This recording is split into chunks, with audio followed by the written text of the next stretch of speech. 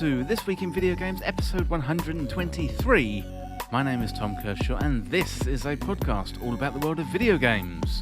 Well, this week I've been checking out Tchia, a new indie platform adventure game.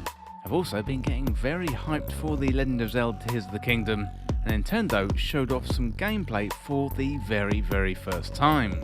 I also managed to play some of the Diablo IV Beta, and I'll bring you my hands-on impressions of that later on, so it is a busy show as always, so let's get to it.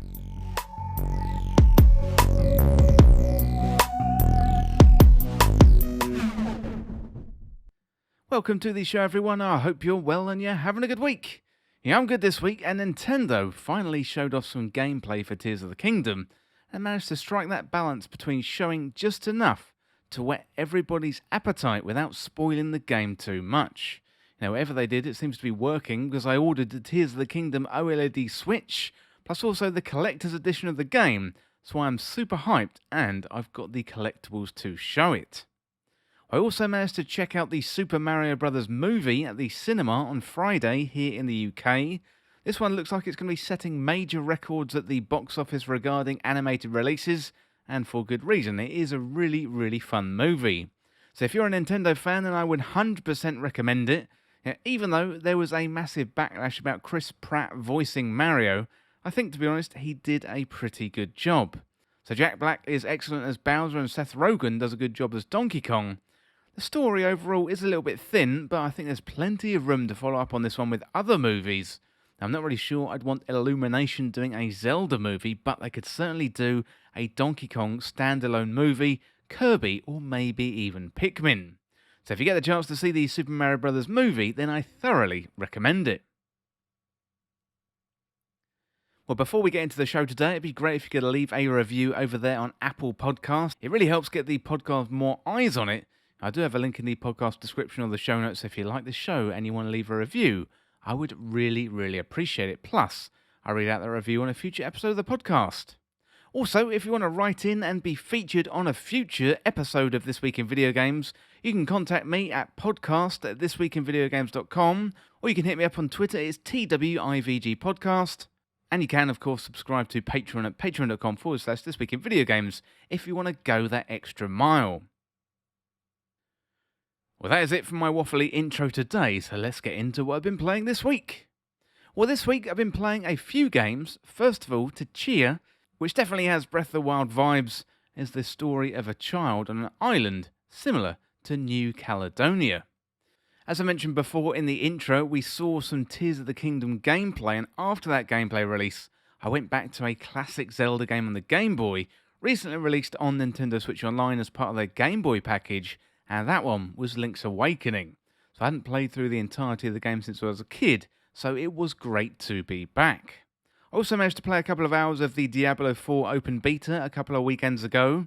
This one wasn't really on my radar, given Tears of the Kingdom is likely to take over my summer, but is definitely on my radar after the beta, and later on I will tell you exactly why.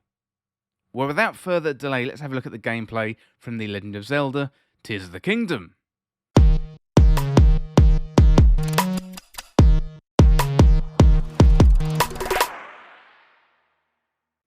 Well, today was the day that many of us had been waiting for. It was the gameplay demo for Tears of the Kingdom, so there was much speculation in the build-up to the gameplay reveal.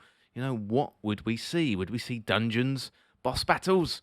Well, we didn't see any of that, but we did get a good look at Link's new abilities. So without further delay, let's dive right in. First of all, we've got an ability called Recall. So this one is an ability that allows us to rewind an object's movement. So in the video, Link spots a large object that falls from a sky island and travels over to its location. You can then select the item with your recall ability and then rewind the movement of that item. So in this case, we can rewind the movement of the falling block to help us get back up to the sky islands. And IGL Numa did say there were many interesting ways to travel to the sky islands, and this was just one of them. Well, next up we had a very exciting ability. This one is Fuse. So this gives us the ability to stick or fuse items together. So by adding items to each other, stats appear to be increased for the item. For example, Link starts with a simple stick, and then attacks an enemy to show its durability, and then he fuses a rock with a stick to create what looks to be some kind of mallet or hammer-like melee weapon. Now, this weapon then becomes more durable, and also it appears as if the damage increases with the fusion. Well, next up we have a range example. So Link has a long stick, and then he fuses that with a rake, creating a super long weapon which allows Link to attack from range, keeping out of reach of enemies. Now, it's not only melee weapons that can be fused with each other, arrows can also be fused with materials. For example, Link fuses together an eyeball on an arrow to become a homing arrow, plus he uses some jelly to create ice arrows. All kinds of materials can be fused with arrows to create different effects. That's very, very exciting. Lots of weird and wonderful creations can be made using fuse, and IGL Numa shows an example of fusing a mushroom with a shield, yes, a mushroom, and that creates a dust cloud explosion when he is attacked by an enemy, and that cloaks Link and the enemy in mist, reducing the enemy's visibility, and allows Link to get in a sneak attack. So fusing what were weak weapons with other items can turn them into much stronger weapons. Okay, next up we've got the very interestingly named Ultra Hand. So this is an ability that allows us to put together vehicles.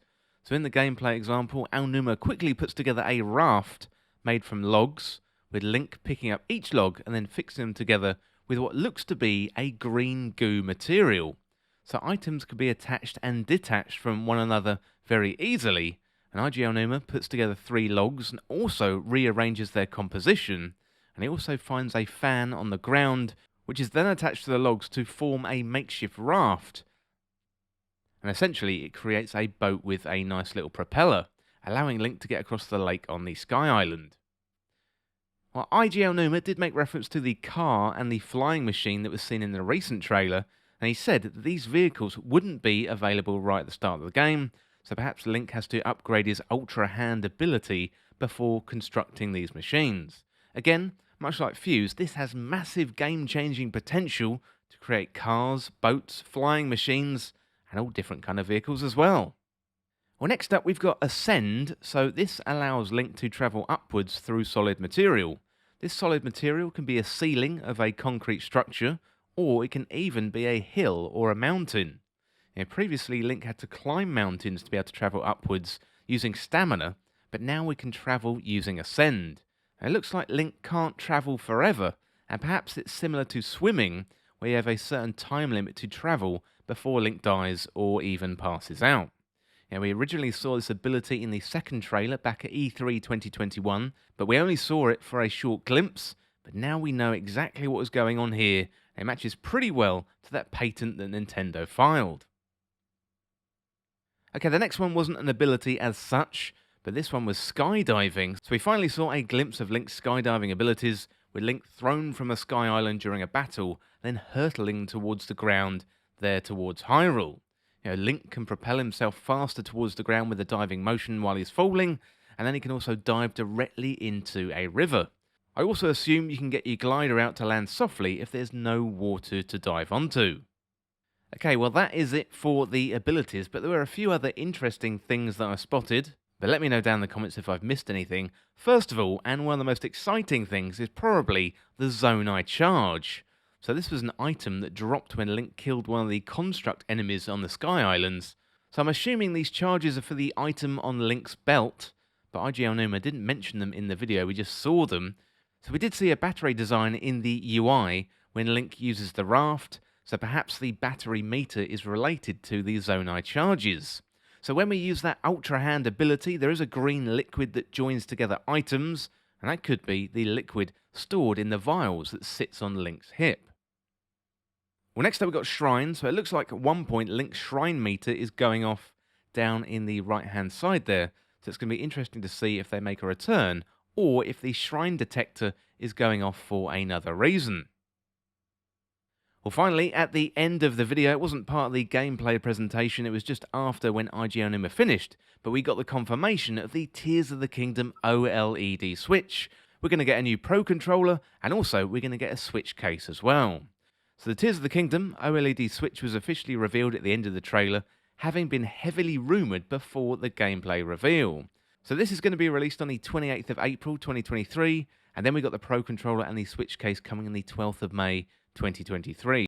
Well, overall, I thought it was a very good showcase. We got more detail, but Nintendo didn't give away too much. They're trying to strike a very delicate balance by not telling us too many details, but they're also showing off why this isn't just more Breath of the Wild or just DLC for the previous game. This is a brand new game with a new world, new mechanics, and to be honest, just the fuse and the Ultra Hand abilities alone, they are enough for me, but together with the other features, I think this has massive potential, and for me, it is a shoo-in for Game of the Year 2023. That coupled with the confirmation of the Zonai, well, that really just blew me away, and that has loads of implications for the story. So the Zelda YouTuber community has been speculating about the Zonai for years, but to see it confirmed in the game with that text with the Zonai charge item dropping, well, that was an absolutely fantastic moment for me, and really, really exciting, and it's got huge potential for the story. I really can't wait until the 12th of May 2023. Well, that was an overview of gameplay, but next up, let's dive a little bit deeper into that fuse mechanic. Well, the recent gameplay showcase for Tears of the Kingdom was exciting for many reasons. We can rewind an object's movement with recall, we can build all kinds of structures and vehicles with Ultra Hand, plus also travel through solid matter with Ascend. However, the most exciting ability coming with Tears of the Kingdom, for me, is definitely Fuse, and that allows Link to combine two items, creating interesting new versions of these tools and weapons. Well, let's have a look back at the gameplay demo to see how Fuse might work in the game. So first of all, Link picks up a tree branch off one of these sky islands and stands next to a boulder. And we likely have to press a button to start the Fuse process. And then you can see energy joining Link and the boulder with a couple of options. So you've got the choice here to fuse the boulder to either Link's stick or the old wooden shield. And we can see the result of the boulder fused to the stick. It looks like a makeshift hammer of some kind. And we can also see later in the trailer what it would look like if Link fused the boulder to the shield. And we see another example of fuse, Link using a long stick and fusing that together with a farmer's pitchfork, making a very long weapon with extended range, allowing Link to keep enemies at a distance. So we've seen Link fuse weapons and items like sticks, pitchforks, shields and rocks. There's also another type of fuse, this time with arrows, allowing Link to fuse arrows with different monster parts left behind when Link kills monsters out there in Hyrule. So back in Breath of the Wild, while you can make elixirs and medicines with the monster parts, they were largely underused, and this is a very, very creative way for Link to use those parts. So Link fuses a leaf to an arrow, then changes his mind, and fuses some ice choo-choo jelly to an arrow, creating an ice arrow. So Link can also fuse a Keese eyeball to an arrow, creating homing arrows. Well, towards the end of the fuse section, Aonuma gets a little bit more creative with the fuse options, including fusing a puff mushroom to his shield, which when attacked explodes in a spore cloud, cloaking Link from the enemy, allowing Link to sneak up on the enemy and kill them nice and easily. Link then briefly fuses a rock to his shield, which I assume then makes the shield more durable. Now, what stands out to me is just how simple this is going to be. So you stand next to an item, press fuse, and then select what you want to fuse the item to in terms of your inventory or the items in your hand. Or when you're drawing a bow, you can open up your materials menu and fuse materials to arrows. The impact fuse is going to have on gameplay is mind-boggling at this point. So one of the great things about the Tears of the Kingdom gameplay demo is Aonuma inviting us to imagine what we can do in the full game. So here in the gameplay trailer, if Link is able to fuse sticks and stones, mushrooms and shields and elements to arrows to create more deadly arrows, what else are we going to be able to fuse together? Well, fusing melee weapons like swords, that is going to be fun, or a long stick and a sword, creating more range like we saw with that pitchfork. Fusing together a dagger and maybe a boomerang, that's going to be quite a deadly combination. I'd really like to see Link fuse together elements and swords so we could create fire blades, ice blades, or even electric blades as well. So a major impact fuse are going to have is weapon durability and stats.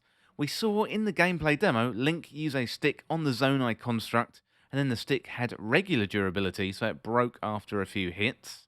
Then Link fuses together a rock and a stick, and you can see the attack stats have gone up by +2 when that fuse process happens. Link then uses this new fused rock and stick combination to kill 2 constructs, which says to me there's been an increase in weapon durability. Now, breakable weapons in Breath of the Wild is a very divisive topic. You either love it or you absolutely hate it. Now, I'm hoping that fuse is a partial solution to this. Personally, I quite like breakable weapons, as this promotes exploration and doesn't allow us to get too attached to a single weapon like we did in the past. By fusing items or ingredients to our weapons, we could increase the durability and hold on to that item a little longer, but ultimately, I do think they still will break. So the fuse ability has massive potential with arrows and Tears of the Kingdom. In Breath of the Wild, we could purchase different types of arrows, so fire, ice, electricity, and bombs. Looking at the gameplay trailer footage, I think we are going to remove the need to buy different types of arrows, as we're going to fuse monster parts with arrows to create new and interesting projectiles. So we've seen the homing arrows already. When combined with the Kisai, that is instantly very cool, and one of the big wow moments in the gameplay demo. It's going to be interesting to see exactly what we can fuse to arrows. So we saw the ice choo-choo jelly to create ice arrows, and I'm assuming you can do that with all the other choo-choo jelly types. So fire, electric, ice arrows are all going to be nice and easy to create. Bomb arrows, on the other hand, well, they were one of the best weapons in Breath of the Wild, but so far we haven't seen bombs as part of Link's arsenal. Bombs were very easy to come by in Breath of the Wild, as we could simply use the Sheikah Slate to create bombs at will, albeit behind a countdown timer. So we've seen Link's new abilities include Fuse, Ascend, Ultra Hand, and Recall, but we haven't yet seen any bomb abilities. So maybe bombs are going to come back into Tears of the Kingdom as an item that we collect rather than craft, or maybe we use another item to create explosive arrows. Now that is one of the many details. We're going to have to wait and see until the 12th of May to find out. One thing I would like to understand are the limitations behind Fuse. So can we fuse more than 2 items together? From the gameplay demo we saw many examples of 2 items being fused, but can we do more? Is Fuse about combining 2 items, and then maybe Ultra Hand is about sticking together more items, because in the gameplay demo, we stuck together at least 4 or 5 items with Ultra Hand. I think it was 3 logs and 2 motors. Also, I'd really like to know if we can fuse armor together. At the moment, we've only seen items or weapons, but I would love to fuse some armor together to create some really interesting combinations. Well, that is it for now for the Tears of the Kingdom gameplay and diving deeper into the gameplay mechanics. So really exciting stuff. Can't wait for May the 12th. And I also managed to bag myself an OLED Tears of the Kingdom Switch. I did notice they are still available. So if you're in the UK, you can get those at game stores. I do think they're available on Amazon as well, and maybe at Smith's Toys too. So if you want to get hold of one of those collector's edition gold Nintendo Switches, you can go out there and find it on Game, Amazon, and also Smith's. Well, that's it for now for Tears of the Kingdom, and next up, let's go back to the past. This one was recently released on the Nintendo Switch Online Game Boy package, and this one is Link's Awakening.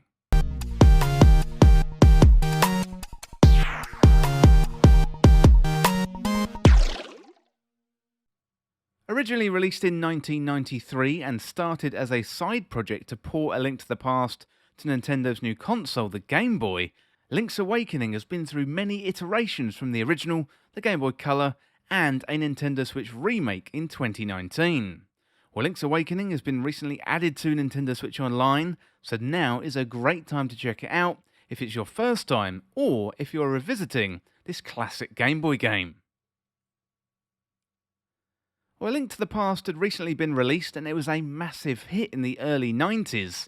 Staffers at Nintendo took a Game Boy dev kit and started a pseudo after-work club, seeing if they could port the massively successful title to the Game Boy.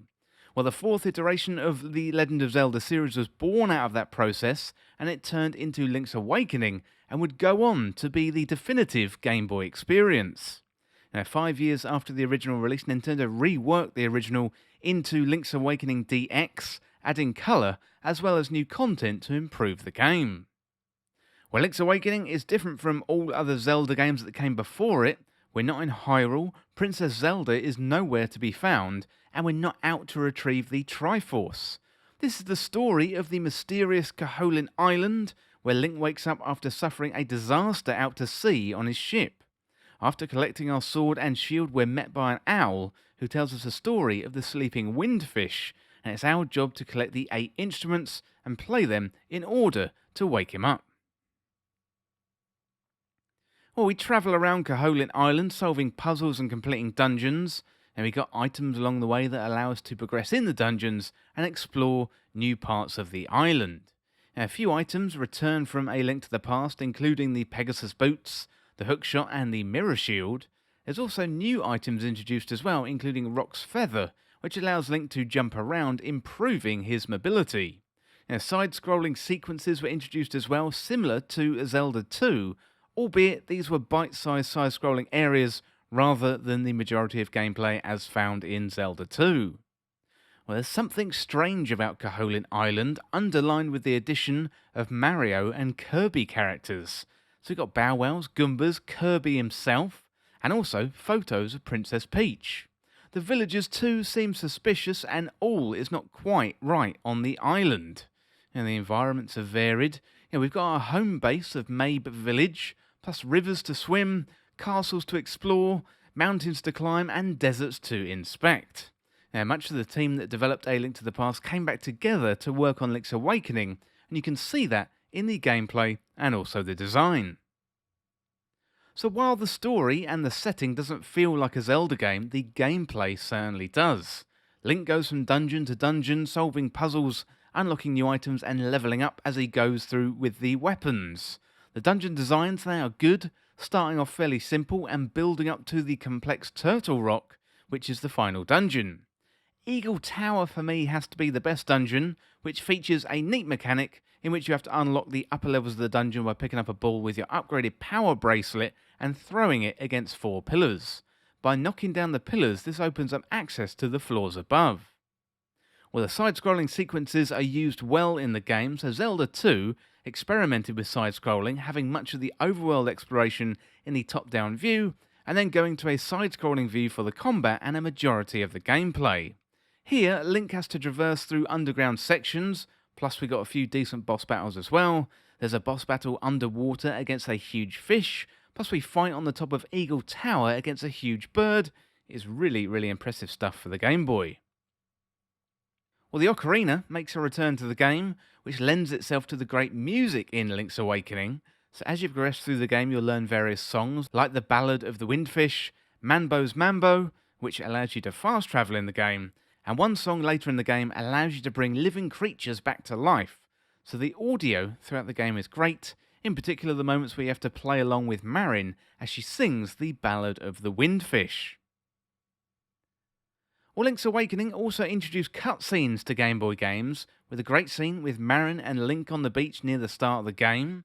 Marin tells Link about her dreams to soar with the seagulls and trying to imagine what is beyond the sea. Nintendo do hint at a romantic connection between Link and Marin, and you can see that Marin is desperate for Link to tell her what else is out there in the world.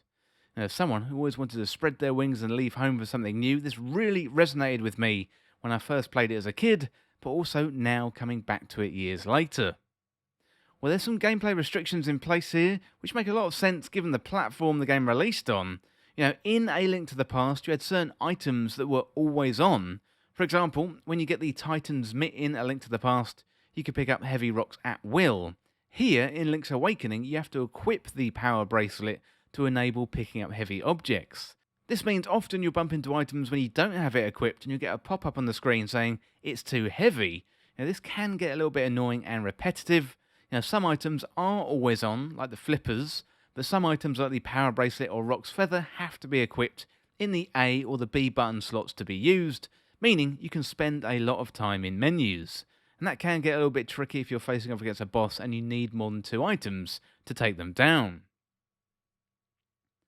Overall, Link's Awakening is still a fantastic game. I recommend playing it through via Nintendo Switch Online, which is part of the Game Boy catalogue.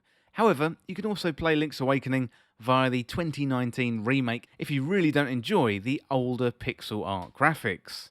The original Link's Awakening demonstrated to the world Nintendo could craft an exceptional video game on this restrictive platform, and that Game Boy games didn't have to be lesser versions of the game that appeared on the SNES or the N64. It is a slightly different Zelda game from the series, but it is one that stands out and will live long in the memory of anyone who completes it. Well, the game was developed by Nintendo and published by Nintendo. It is released on the Game Boy, Nintendo Switch, and also Nintendo Switch Online, and the original release date was 1993, although it saw remakes and upgrades in 1998 with Link's Awakening DX, and then also the full remake on Nintendo Switch in 2019.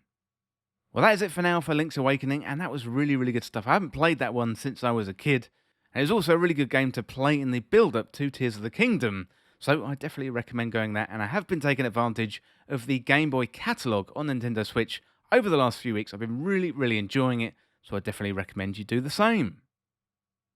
Well, that is it for Link's Awakening, but next up, let's switch over to the PlayStation. This one is Tchia.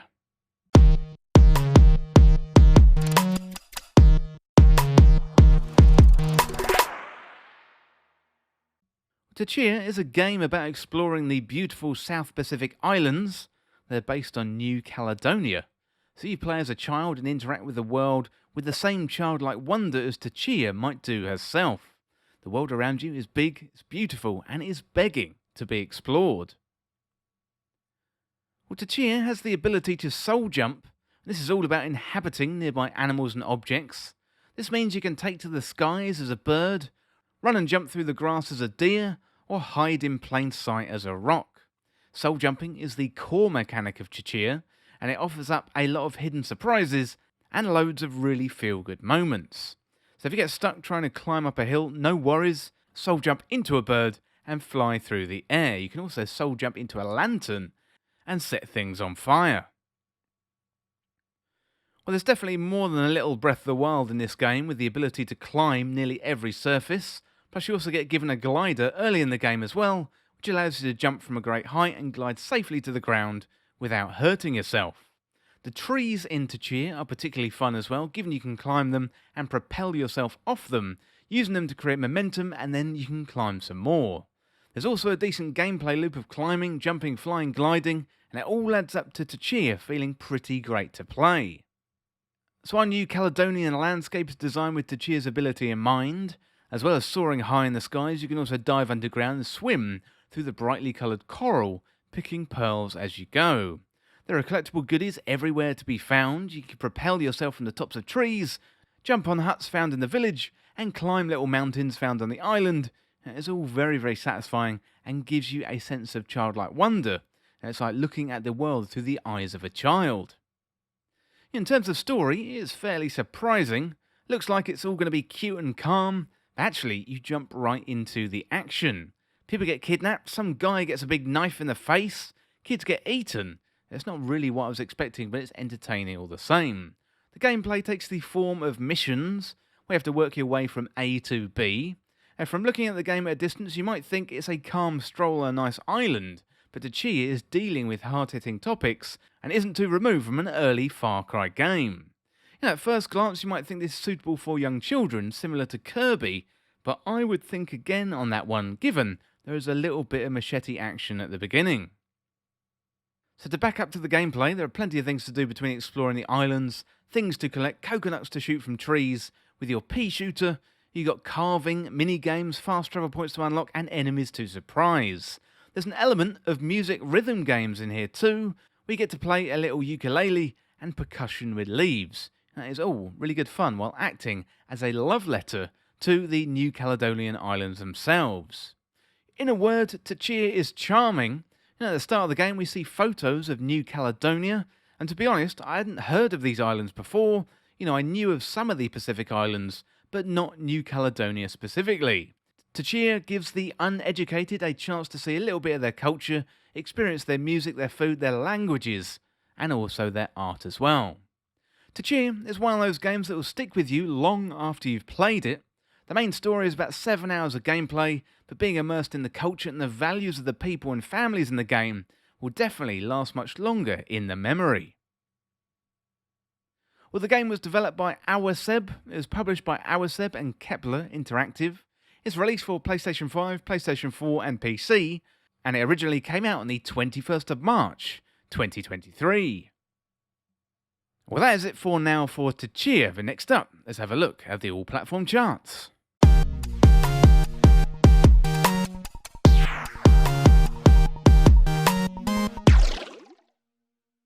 Well, number 10 today, we've got Minecraft, that is holding steady at number 10. At number 9, down one place from last week's number 8, is God of War Ragnarok.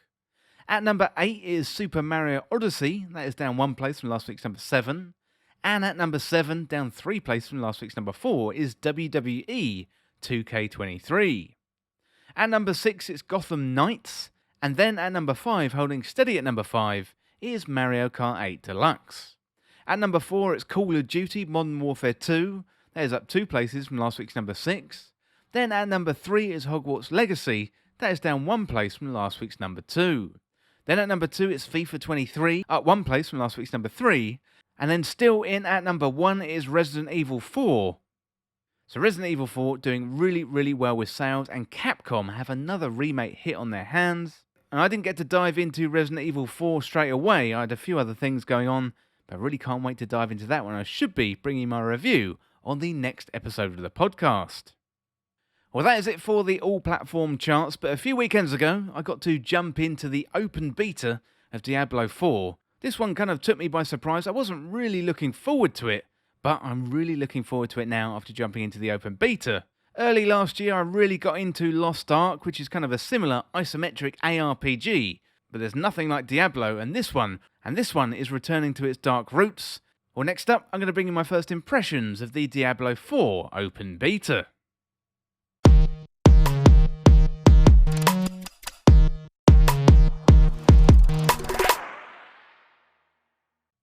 Diablo 4 is nearly upon us, and it recently held a couple of betas, one closed for fans who pre-ordered the game, and then the following weekend was an open beta for us regular folk. So I took part in the open beta, and I decided I wanted to play it before I pre-ordered it. Signs are pretty good though. I'm happy to report the open beta was a whole load of fun, and now I'm really looking forward to the start of June when Diablo 4 releases. Well, Diablo 4 sets the scene in a horrific manner with its opening cutscene. Visually, this is one of the most impressive cutscenes available right now, plus the story elements are gripping too, which gives off dark Indiana Jones vibes. So a handful of explorers are on a journey accompanied by a priest. They're overrun by demons in the underground, they're torn apart during a blood sacrifice, leading to the return of Lilith. So Lilith is a very imposing demon character. Once we've met Lilith and the story has been set up, then there's a short character creation session, picking your class, and we've got a good couple of options here at launch.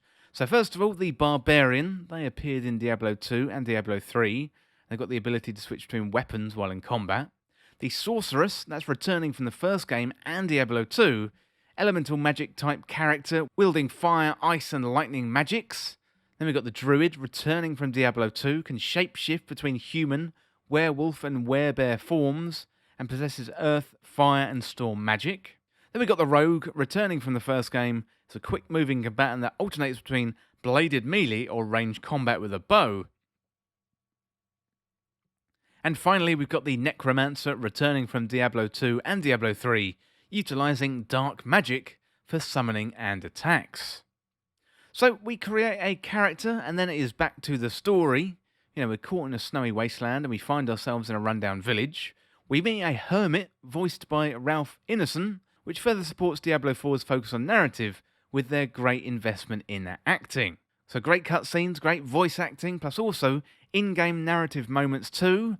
There's a great little scene where you get knocked out and carried on a wheelbarrow, and characters are talking back and forth, and it's really good, and I understand that hasn't really been done in a Diablo series before. So the beta featured access to the Act 1 area, which is pretty big in its own right, but we got a glimpse of the full map and is absolutely huge. Diablo 4 takes a leaf from Destiny 2's book, given it's a big open world where you can see other players, as well as take part in shared quests with your friends. So it is an interesting loop given the original Destiny arguably implemented a lot of what Diablo was, but in first-person shooter form, and now Diablo 4 is taking inspiration from Destiny 2, with its nods to MMO-like gameplay. So as well as Destiny 2, Diablo 4 clearly has one eye on Lost Ark, the Korean MMO RPG brought to the West by Amazon Game Studios. Well, Diablo 4 is going back to its roots of being a much darker game than Diablo 3. The environments are dank and they're dirty, demons are around every turn, villagers are drunk and whisper doom-laden ideas into your ears. The visuals for Diablo 4 feel like a reaction to the audience feedback from Diablo 3. While being dark, it's also a gorgeous game to look at. I played on the PS5 and it's got a great amount of detail and quality to the characters, the enemies, and also the environments.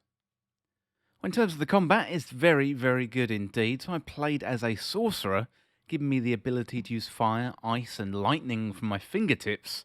As you play, you can level up and open up new abilities on the skill tree, plus you can also respec for free at any time. So first time I upgraded, I split the skill points across all abilities, and then I had to go respecing into a single element type, focusing on fire. So the combat is a little slower than Diablo 3 and also less dynamic than Lost Ark, but there definitely is potential here. And I imagine once you build up a good collection of skills and abilities through the skill tree, then combat is going to open up and feel a whole lot more satisfying. Performance through the beta was pretty good. Previously I played these types of games on PC, but this time I decided to play on console with a controller. There's something about playing Diablo 4 with a controller that feels much more satisfying to me, as it allows you to feel much more in control of your character on the screen. I find when I play this type of game with a mouse and keyboard, it feels less like you control your little character as you're clicking and selecting where to move and what to hit, and it feels much more floaty.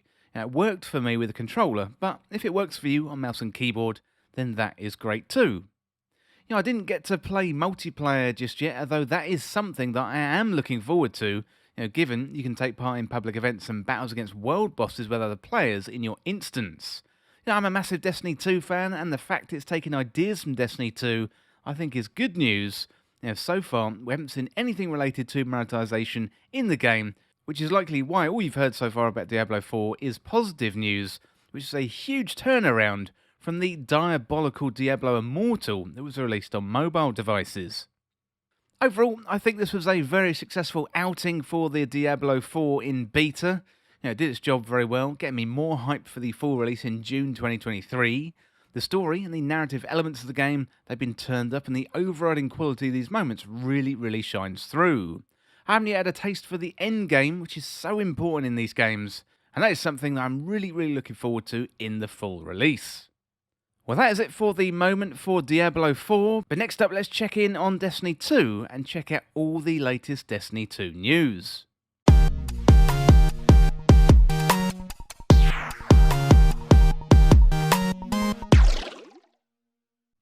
Well, Bungie were back this week talking about their Reflecting on Lightfall article, Grandmaster's return next Tuesday, plus we got a preview of what's returning and what's arriving in Season 21 with regards to the loot. Well, let's hop on over to that article from Bungie, and first of all, they go into Reflecting on Lightfall. So they say, yesterday we published a retrospective on Lightfall's launch, the feedback you've given us and some of the quality of life changes we've been cooking up for Season 21 and onwards. Destiny 2 is an evolving world, and we're committed to making sure the resolution of our first saga lives up to its legacy. So as a recap, these were the main topics featured. So Guardian ranks are meant to represent your accomplishments, and your rank displayed will reflect your highest rank earned last season. If you surpass that rank in the current season, the number will update, and renewing previously completed ranks will also be fast-tracked, and returning players will start at rank 5, ranking from 5 to 7 will be faster than it was from 6 to 7. Well, commendations won't be as tightly tied to Guardian rank progression, and are going to reduce the requirements from ranks 7 to 9. Leadership commendations from ranks 10 to 11 will be retroactive, and they're also adding a best dress commendation. Most activities will receive adjustments to difficulty and rewards. Enemies won't be as tanky in Legend and Master activities. Scoring objectives will be adjusted to better suit bounties and Guardian rank progression, and they're going to improve the Terminal Overload matchmaking, and adjustments to Team Unfriendly Vanguard bounties are coming, and a whole load more. There's also going to be better ways to earn exotic armor. The Vex Strike Force will award unobtained exotic armor pieces on a knockout list. That is a very, very good change. And they're introducing exotic armor focusing next season. That is a really good change. And updates to more than 50 exotic armor pieces are coming next season. There's also build crafting next steps for Season 21. 2 new armor mods are coming. Shoot to Loot will collect orbs of power in addition to ammo, and they're adding 1 new strand aspect per class. And artifact perks will be refunded and applied individually, and you're no longer going to need the full reset to change your build. Well, there's no power level increase in Season 21, so the schedule will change a little bit. Trials of Osiris is going to be available in Week 1, Grandmaster Nightfall's available in Week 4, that is very early, and Conqueror Gilding Node is still planned for Week 7. Okay, next up, Grandmasters are returning next Tuesday, so Season 20's Grandmaster Nightfall start on April the 11th. For those who have yet to earn the Conqueror Seal for the first time, they're only going to be able to complete 1 Nightfall each week, so if that's the case, be ready for Proving Grounds and remember to find proper cover in each room. Everyone who's already earned the seal and are gunning to gild it complete 6 featured Nightfalls as quickly as they would like, even in one sitting as is tradition. During Season 20, we have added 2 additional adept weapons available: the Buzzard, a kinetic adaptive sidearm with awesome perks like the brand new kinetic tremors, and also the Swarm, the arc machine gun that has been refreshed with new perks, and that includes target lock as well. That is one of the hottest new perks. Don't forget about the other adept weapons though. You've still got a chance to get that perfect Wendigo GL3 or the classic Hung Jury. And since there's been a few changes to hard content with the launch of Lightfall, here's a reminder of how Grandmaster Nightfalls work, in case you need it. So your power level caps 25 levels below the activity level, so for Season 20, that means combatants will be 1840, but you will be at 1815 at the most. Combatants can take more hits, deal more damage, and are quite aggressive. Champions will be abundant, so be sure to have the proper weapons to deal with them. There's 1 burn, and that will cause you to receive 25% more damage from a certain element. There's also 2 elemental surges and overcharged weapons, both granting a 25% damage increase. Revives are limited, and after a certain amount of time, darkness will encroach, and you won't be able to revive or be revived. And for a more detailed explanation on how these variables will affect you and your teammates, you can check out the article on challenging content in Destiny 2, and you can find that on Bungie.net. As a final note, we know some heist battlegrounds feel tough right now, so here's some of the adjustments coming to the Season 20 mid-season update to make them a little bit more manageable. So first up, the heist battleground Mars, decreasing how often combatants spawn on higher difficulties in the tower phase, and increasing the map score multiplier to help players reach score goals without exploits, and adding 1 additional ammo crate. There's other heist battleground changes though, so reducing the frequency and number of some of the combatants' waves in all boss fights, reducing the health of the Death Tongue choristers. Hive runes will also have the same health on all difficulties, and they're going to thin out the Fall and Trip mines in Heist Battlegrounds Moon. Okay, next up we got some new weapons and also some weapons leaving. So last week we shared that it was your last chance to earn the adept version of the Trials of Osiris weapon, the Whistler's Whim. This kinetic bow is out of rotation until further notice, although you can always get the regular version by focusing engrams with Saint 14. We don't want you to miss the opportunity to earn weapons that will leave the loot pool once Season 21 starts, so we want to share which ones will be out of rotation, as well as the new weapons entering the rotation when the next season launches. Some details are still being kept under covers because we don't want to spoil everything, but yes, there's new strand weapons in the oven.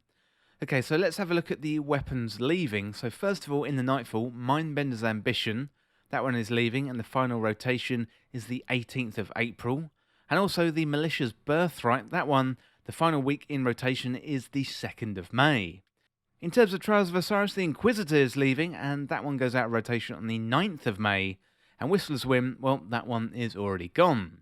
In terms of Iron Banner, the Wiseman Rebuke and the Hero's Burden, they are both leaving.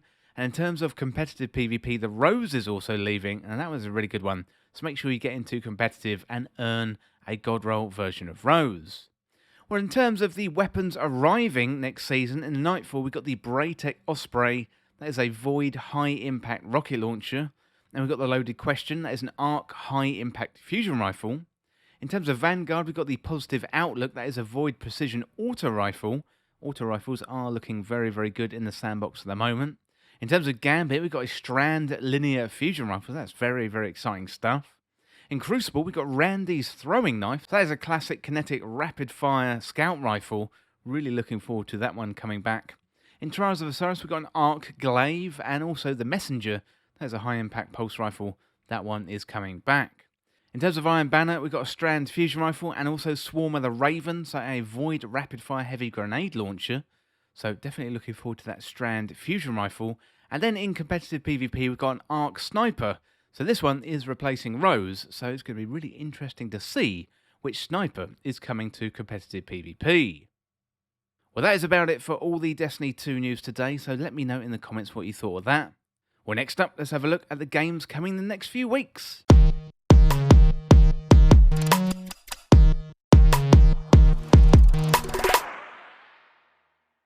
Well, first of all, on April the 11th, we've got Sherlock Holmes The Awakened. That is a remake coming to PS5, Xbox Series S and X, PS4, Xbox One, Switch and PC. We've got Tron Identity coming to Switch and PC. Then on the 12th of April, we've got Ghostwire Tokyo. That's coming to Xbox Series S and X, also coming via Game Pass as well.